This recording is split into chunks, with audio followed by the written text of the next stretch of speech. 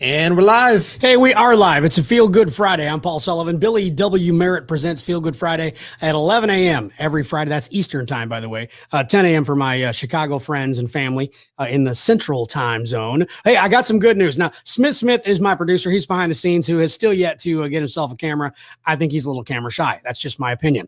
But I got some good news, Smith. Guess what my good news is? What is your good news, Paul? The Chicago Cubs have not lost a game in 6 days. That's great. That's great news, right? Rare good news from Paul Sullivan. Well, there is a bit of a catch. The Cubs haven't played in 6 days.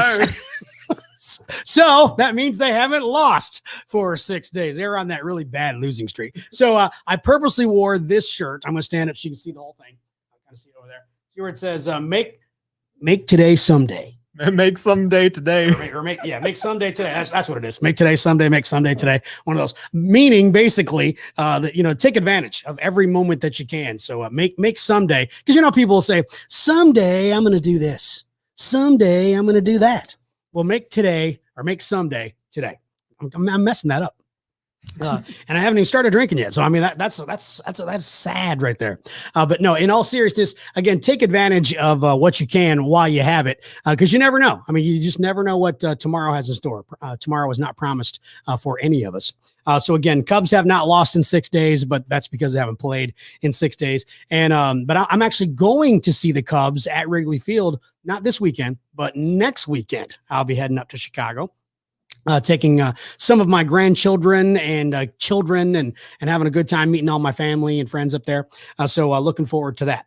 By the way, some of the things that happen at a ball game that's maybe not. Smith, you said you'd never been to a ball game, like a major league ball game? I have not. You have not. Okay. So some of the things that I wanted to share quickly, I don't want to go into a huge amount of time with this, but some of the things that are just like, you have to do this. If you go to a Major League Baseball game, I don't care if you even like hot dogs. You have to have a hot dog. It's just, that's what it is. Baseball, hot dogs and apple pie and all that kind of good stuff. But it is, you have to have a hot dog when you go to a ball game. I know football is different, but when we played in the band out there, I would pretty much always get a hot dog. If they had a chili cheese dog, that's what I would go. Well, yeah, then you dress it up a little bit, living fancy. Oh yeah, Smith with the fancy dancy chili cheese hot dog. Now I'll do a chili cheese hot dog. Now those are good. Something else when you go to the ball game, if you are of legal age, I had to make sure I put that in there. That you got to have a beer. So you got to have a beer and a hot dog. It's just kind of what you do. It's a beer and a dog, beer, dog, and baseball. It's kind of what it is. Now, if you're not of age, if you're a child, then I know a lot of parents, kind of frown upon the sodas and all kinds of stuff. But come on, man, it's the ball game. I mean, let the kids eat, let them drink soda. Let them get a hot dog. Let them get ice cream and popcorn and salted peanuts and all that kind of good stuff. Shit, the peanuts that are in the shell. You got to get them in the shell. You got to work for it, man. You got to work for it. So actually, as you can see, pretty excited about going to the Cubs game. Again, not this weekend, but next weekend. So pretty excited about that. Taking a lot of people, we're going to have a really good time. So we're going to have a ball. Now, that'll segue, if you will, right into our beer of the week. Now, this is an unusual one, something that I don't get to say very often. Now, first of all, a lot of people can't even pronounce it. So I'm going to put Smith, on the hot seat, if you will, and say, can you pronounce that one? Yingling? Yeah, well, you're close, but hey, close only counts in horseshoes and hand grenades. So it's actually pronounced Yingling. Oh. Okay, Yingling. But here's the cool thing about it, though. Yingling is actually the oldest brewery in America. Actually, from 1829, they actually started their brewery, which is pretty dang cool. I mean, that's pretty cool. I don't remember which one it was. I know I talked about the oldest brewery in the world. I did that last year in 2020 at some point, and I don't remember which one it was. But Yingling, again, is the oldest brewery in America. So in the United States. Now, you may think that, because you remember, I know you don't remember Prohibition. Obviously, you're not that old. Neither am I. But you remember what Prohibition was, right? So, when they made it where alcohol was illegal, for that really, really sad stretch of time. But so what was interesting was that Yingling actually made near beer, is what they called it, which is basically non-alcoholic beer. So they made near beer, and on their property, they actually built a dairy. just so they could stay profitable. So the beer company, a brewery, I should say, decided to go and make a dairy so that they could actually stay profitable. And then, of course, then prohibition, was, ratified or whatever you call it, got rid of. And everybody partied and had a great time. And Yuengling has been going strong ever since. So our beer of the week, Yuengling Lager. This is kind of their flagship, if you will. And it's 4.5 alcohol by volume. But it's actually it's light. I mean, they use the green bottle, by the way, so you can kind of, now you can't really see it. But it's a very light colored beer, but at the same time, it's got medium body. It's not heavy at all. So, I mean, but it's medium. I don't, it's not like a light beer. Yuengling does make a light beer, but Yuengling Lager, their regular one, it's medium body, and it's got a very distinct and unique flavor, and it's actually really good. I mean, if you're looking for, basic beer, it's pretty inexpensive. Compared to, I normally drink Sam Adams and craft beers like that are usually much more expensive. So like to kind of put it into perspective, where I live here in South Georgia in Douglas, if I buy a 6-pack of Sam Adams beer, the 6-pack is $10.99. Okay, for a 6-pack of beer for Sam Adams. Yuengling, on the other hand, a 12-pack is $11.99. So only $1 more, you get an extra 6. So, if you're looking for, good deals and budget conscious and all that kind of good stuff, Yuengling is a good quality beer and yet quite a bit less expensive than some of your craft beers. If I could just quickly bring it back around. Bring it back around. These Yuengling I'm still Yuengling. Okay. Yuengling lagers. I have not actually tried the lager, but putting a bottle of this lager into your homemade pot of chili, great addition. You have done that? Yes. Oh, well, all right then. So wonderful. I haven't really had like beer chili. I haven't done that. I mean, I like bratwursts, which are not really big in the South.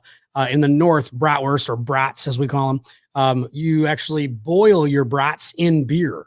That was always a big thing. Then I moved south and everybody looked at me, crazy. Because, of course, you spell it B-R-A-T, so it looks like bratwurst. But right. I mean, I don't know. We've always just said brats.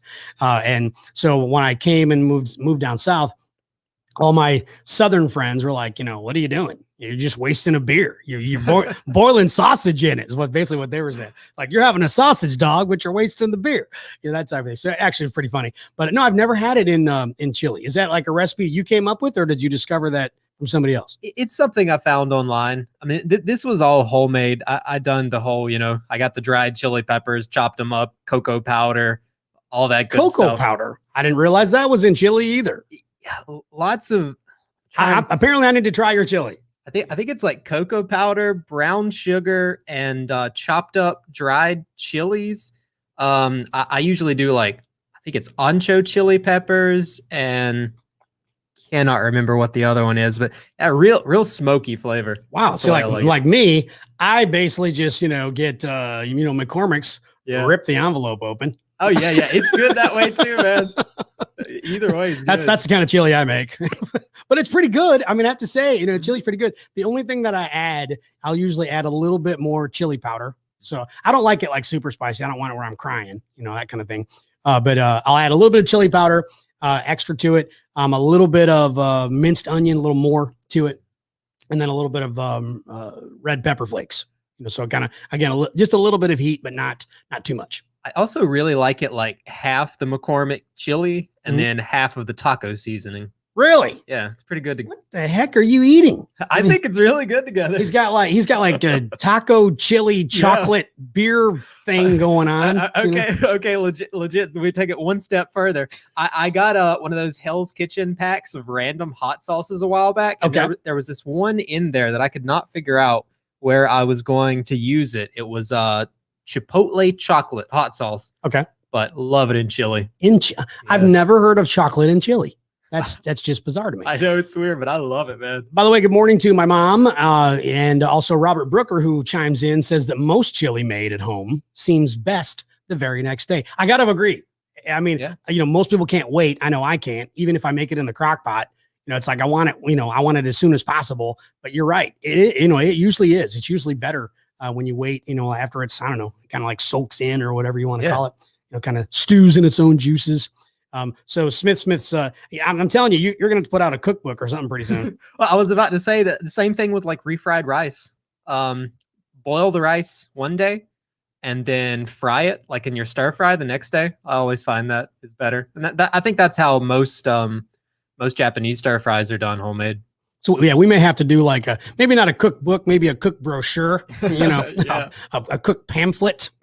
That's more realistic. Smith's 7 recipes, each day you can have one of these each day. Maybe we can work on that. By the way, Robert, what does he say?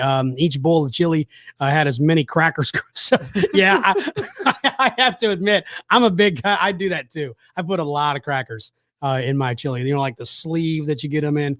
I'll usually I'll have a pretty good sized bowl when I'm eating chili, and I'll usually go through the whole pack, that entire sleeve, or at least pretty dang close. There might be, 7 or 8 crackers, left, but yeah, I eat a lot of crackers when I'm doing. How we got into chili, I have no idea. I derailed the whole podcast with chili. Yeah. I mean, it's like 117 degrees outside. And we're talking about a pot of chili. No, actually, that's actually funny though, because I actually make chili year round. I don't know if you do that. But sure. I mean, because a lot of people are like, oh, I can't wait for it to get cold. I'm gonna make chili. I'm like, dude, I make chili all the time. I think our main cold weather food is like cheesy potato soup. Cheesy potato soup. Again, I've never had that. We're gonna have to put Smith's 7 best recipes together and post it. Now, do you make that, or does your mom? That one's definitely my mom. Okay. Now it's pretty simple. I believe you just you basically like mush up the potatoes. You get a block of the Velveeta cheese. We'll usually add some bacon bits, maybe some onions or some what are those things called? The little like miniature Japanese style onions. I don't know. I can't remember off the top of my head. You have all this weird stuff. Like I said, mine's in a pack and just rip it open, dump it in, you're done. I don't have the extra stuff. But I know that as far as just regular potato soup, not the cheesy potato soup, my mom makes an excellent potato soup. And what's odd, did you, when you were a kid, which wasn't all that long ago, Smith's a lot younger than me. But did your taste buds change, as you became an adult, where like there were things that you didn't like as a kid and now you do, or things that you did like as a kid and now you don't? I would say I've probably opened up a lot more. I mean, I don't think I'm as crazy about sweets as I was when I was younger, but I also, I was always okay with like things like fried squash and fried tomatoes if it was cooked to that perfect crispy texture. Yeah. But now I love them.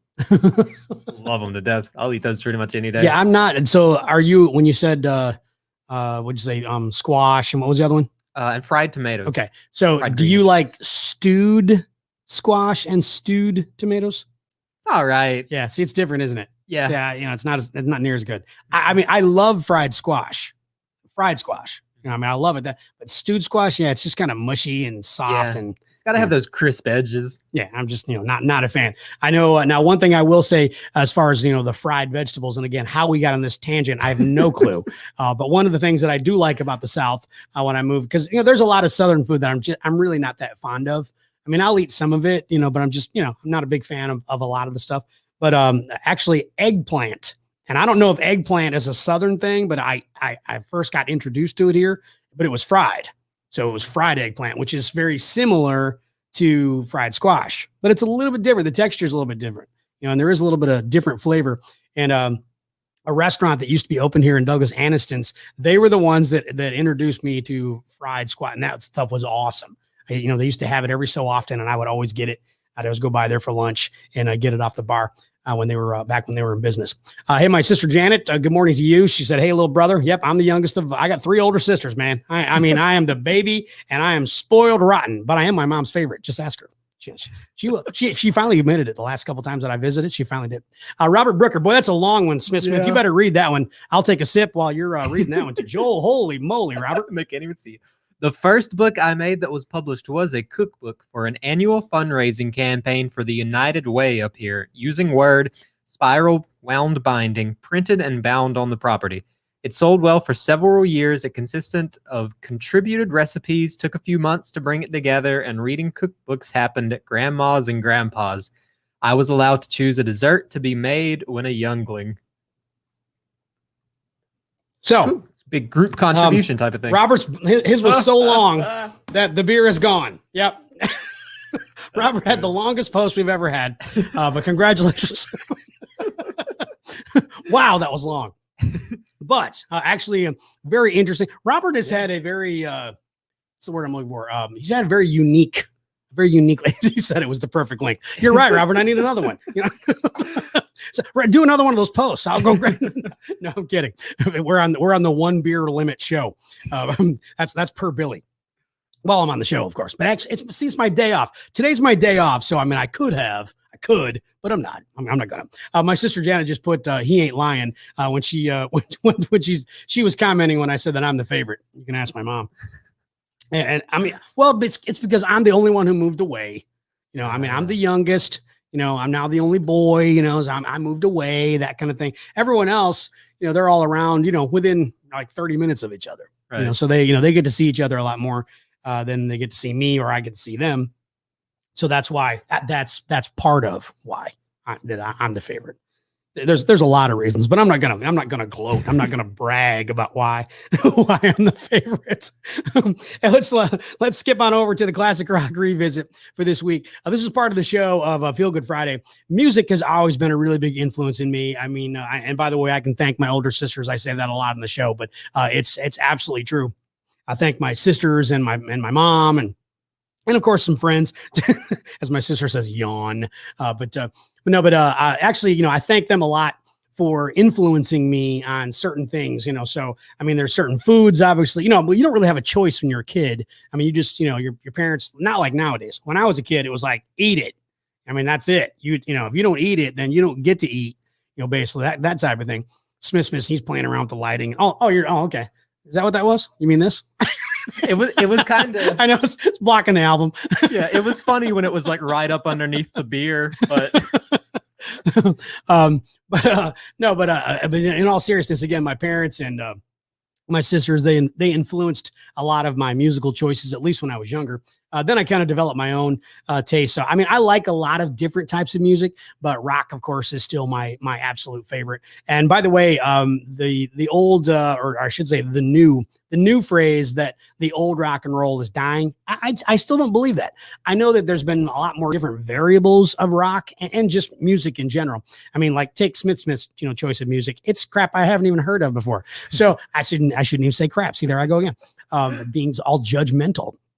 But in all seriousness, there's so much music out there, and you know, so music's just been a big thing to me. But rock music has been probably the most influential and what I would choose in my own time to listen to. So every week we do what we call a classic rock revisit. So it's a classic rock album that I recommend, and you know, maybe you've heard of it, maybe you haven't. If you're younger, like Smith, and he probably hasn't heard of this one. Have you heard of Cinderella? Even the band? Have you heard of Cinderella? Oh yeah, of course. Okay, hey, look at that. Have you heard of this album? Long Cold Winter. I have not heard of this album. Yeah, right, there you go. But it was in 1988, and you were how old? Negative 4. So Smith was a dream. He was a dream at that point. He was a dream of his father's. Someday I'm going to have a son. Or maybe it was his mother. Someday I'm going to have a son. That type of thing. But in 1988 is when Cinderella's Long Cold Winter came out. Now, it was probably, it's been months. It was one of the first ones that I did, actually. Their debut album, I used that as Classic Rock Revisit back in 2020. But this album, their second album that they released in 1988, actually had a lot more maturity. I mean, the first album, it was rock. It was just kind of in your face. It was very raw. It wasn't overly produced. You know, the writing wasn't near as strong. It was pretty, you know, simple, basic songs. But this album, they really matured. I mean, they really did. And they did not have that sophomore slump that some bands have. Long Cold Winter, Robert Brooker even commenting that he has the LP. And so he knows. I mean, this is some really, really good music. I mean, it was actually quite a bit more mature than a lot of the other songs, or a lot of the other albums, I should say, that were released. You know, the big hair bands, well known for being kind of party. Remember, I talked about Poison last week. So a lot of the big hair bands was a lot more just party songs and fun and, you know, that type of thing. And even though Cinderella did have fun and had some party songs, this album, Long Cold Winter, is the title of the album, and the title track is really strong. But a couple of singles. Now, Gypsy Road was kind of that hard rock, kind of in your face, very driven, type tune. But The Last Mile and Coming Home, really, really well written songs. And then the big hit for him was actually a ballad. The Don't Know What You Got Till It's Gone. That was a huge song, especially like the power ballad. What do they call them? The compilation albums that came out, K-Tel presents, some of that, where Cinderella's Don't Know What You Got Till It's Gone. Just a really strong ballad. But here's the thing. Here's the one I want you to go find. All right. Now, again, you don't have to buy the album. You can. I mean, you can still support them, but you can buy the album. But otherwise, you can go search it, on whatever platform that you stream. Go listen to, Smith, you've heard me talk about how much I like blues. I mean, I really do. I like blues music. I love rock, but I really like blues too. I mean, blues has, a lot of influences in rock and roll, things like that. But it's the very first song on this album. Okay. Long Cold Winter is the name of the album. The first song is called Bad Seamstress Blues, also known as Falling Apart at the Seams. And man, it's such a cool song. I mean, I love that. So the deep cut is Bad Seamstress Blues. Go check that out. It's the very first song on this album by Cinderella, Long Cold Winter. And what it reminds me of, a buddy of mine from high school, Jim Roderick, was my friend. And we would shoot pool, and the jukebox, and him and I we were really good friends, but we had such different tastes in music. It was a lot of fun. I learned a little bit from him. He learned a little bit from me with different styles, things like that. So we would go and we play the jukebox. So Jim would play, he would find stuff like Elvis Costello, and kind of more eclectic, if I'm using that term correctly, if that's the right way to describe Elvis Costello. A little strange, a little weird, a little off center, basically, that kind of thing. But I learned to appreciate some of that. But this album was in the jukebox, and I would always play Bad Seamstress Blues. And even he said, he's like, that guitar part at the beginning is really cool. I mean, it's going to play this. It has the slide guitar on it. I mean, Smith, you'll absolutely dig it. I'm telling you, it's really cool. Robert Brooker, by the way, brought up something that, yes, I did this many a times back in the day, joining Columbia House. Now, Smith, do you have any clue what Columbia House is? I've heard it mentioned before, but not really. What they used to do is, like in magazines or newspapers and things like that, they would have like this little ad, and you could actually, for a penny, you would literally tape a penny to this ad, okay, like, so you cut it out a lot of times, and then then it became like a postcard, almost like you rip it out of the magazine. And so you would choose these certain CDs, and it would change. I mean, when it was albums, before it was CDs, when it was albums, I think it was like 12. You got 12 for a penny, 12 albums for a penny. And then you had to buy, I think it was 3 of them in the next 3 years or something like that, through them. Now, when you bought one, you paid dearly. I mean, the albums were like, when albums were probably $7 or $8, you'd pay like 24, through Columbia House, but it was still a better deal because you still got so many albums at the beginning. Then when they went to CDs, then they changed it, and originally you got 12, then they pulled it back, and then it was 6. But you got 6 CDs for a penny. And that's when CDs were like $20. So yeah, I did that a bunch of times. Columbia House, and there was another one too. I think it was RCA, or there were 2. I mean, I know there were 2 of them. And believe me, I got more than my fair share of free CDs when I was using the Columbia House Record Club, or CD Club as they call it. And that's what he talks about in his comment, is buying the minimum require. Then you cancel, and then you do it again. That's exactly what you would do. I mean, the CDs, when they reduced it down to 6, you had to buy 6 CDs. And again, you got 6 free CDs, and then you only had to buy 1 in the next year. So it was a super good deal. So I mean, I'd buy my one in like the first or second month, complete it. You had to wait 30 days. Then you start doing it again. You get 6 free CDs. I did it a bunch of times. I used my mom's name. I think I used my sister Janet's name. I used a bunch. I did it a bunch. So now, of course, nobody does that anymore. They don't even have, Columbia House or like that. Do you know what the last, when was the last time? Not even what CD it was. Did you ever buy a CD in your life? Yeah, it's been years. God, it would be hard to remember. Probably like a compilation CD. So take a guess. Estimate. Has it been 5 years, 10 years? I mean, 7, 8, 9 years. I mean, what's it been? I think between 5 and 10. 5 and 10. See, Yep. so with Smith between 5 and 10 years.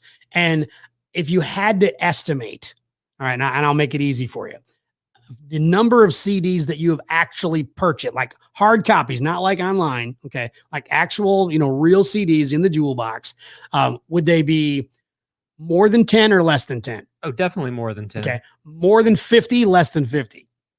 Probably right around 50. Right around 50. Okay, so Smith, in his lifetime, right around 50. Okay, pretty much in like 1 year, I would do 50. I mean, I would just buy music all the time. It was such a big deal to me. And I did do mobile DJing at one time, so that was when before everything went digital. So I was doing it with CDs. So some of them I bought, for quote unquote work, for my DJ, my mobile DJ business. But a lot of it I just bought because I liked. I mean, I just loved music. So it was a big deal to me. So don't forget Classic Rock Revisit, Cinderella's Long Cold Winter. And then on a sad note, that's actually what kind of, brought this into my head the other day.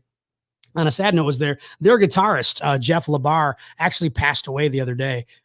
58 years old. And, I'm 54. I've talked about it, I'm getting to be that age, where people are starting to pass. And so that, I know this is Feel Good Friday, and I'm going to end it on a good note, but I do have to mention my best friend, Dusty Rhodes, actually passed away this week. So kind of a rough week for me and many other people. So again, that's why I said, today I'm going to stand up and do the short thing again. Make someday today. Right? You see that? Can you see it? Yes. Make someday today. So because you don't know if tomorrow is promised. So again, make the most of what you got today. Last week, I had a couple people I'm going to bring up last week's show. If you missed it, you can go see last week's show. You can watch it on demand. But remember what we talked about last week, Smith? Were you paying attention, or were you sleepwalking? Sleeping at the wheel. A whole week ago, man. Yeah. Okay. So basically, what he's saying is, I don't pay attention, Paul. You just rattle on for like 45 minutes, and then you say, "All right, that wraps up the show." And he's like, "Yeah, good," and he's done. No, but do you remember? Do you remember what the show was about last week? He doesn't. He's looking for notes. Okay. All right. No, because normally we kind of go, we have the basics. We talk about the Cubs. I do that every week. We talk about the beer of the week. We also have, then we have the Classic Rock Revisit. So those are 3 things that we always cover. And then there's usually, some fun stuff, things that just pop up, like, Smith's chili recipe, things like that. But last week I had an intention. When I did the show last week, remember I said, I'm like, this one's going to be a little bit different. And I actually said, I'm like, so this is going to be a different show. Last week, I talked about people that talk the talk and walk the walk.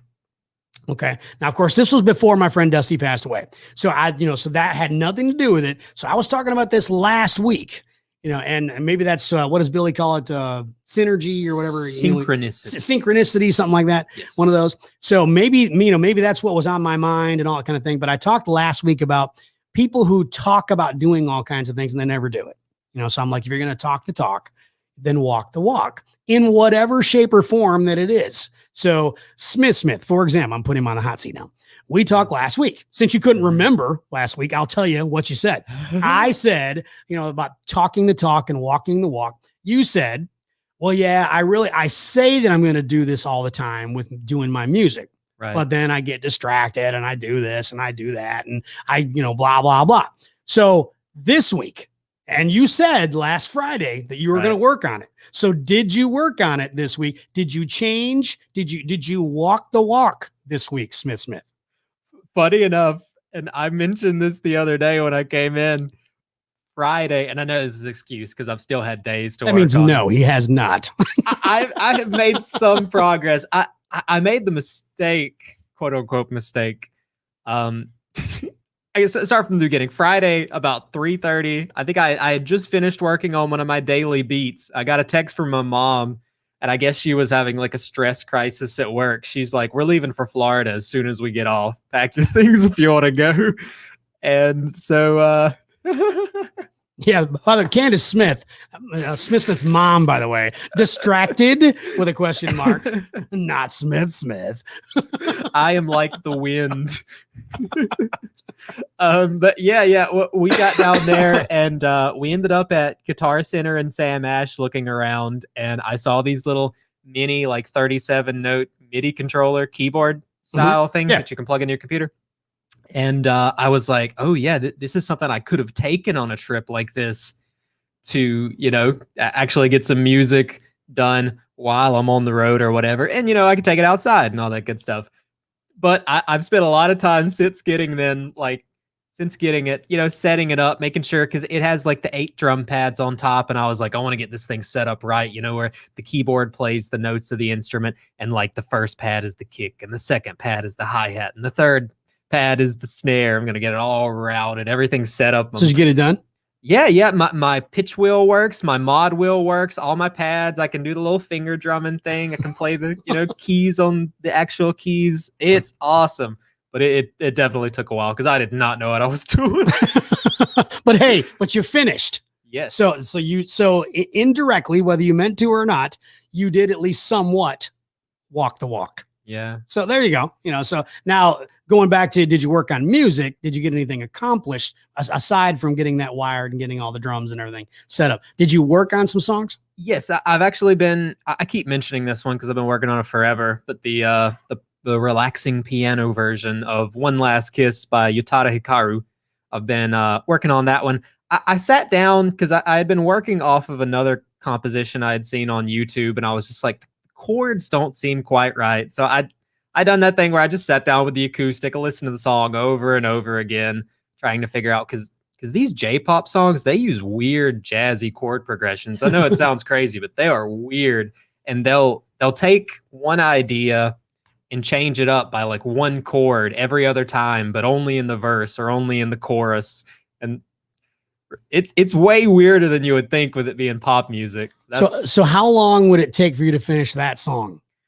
I think I'm just a couple hours away from being done. All right, so I'm challenging you now. Mm-hmm. You have to finish that by next show.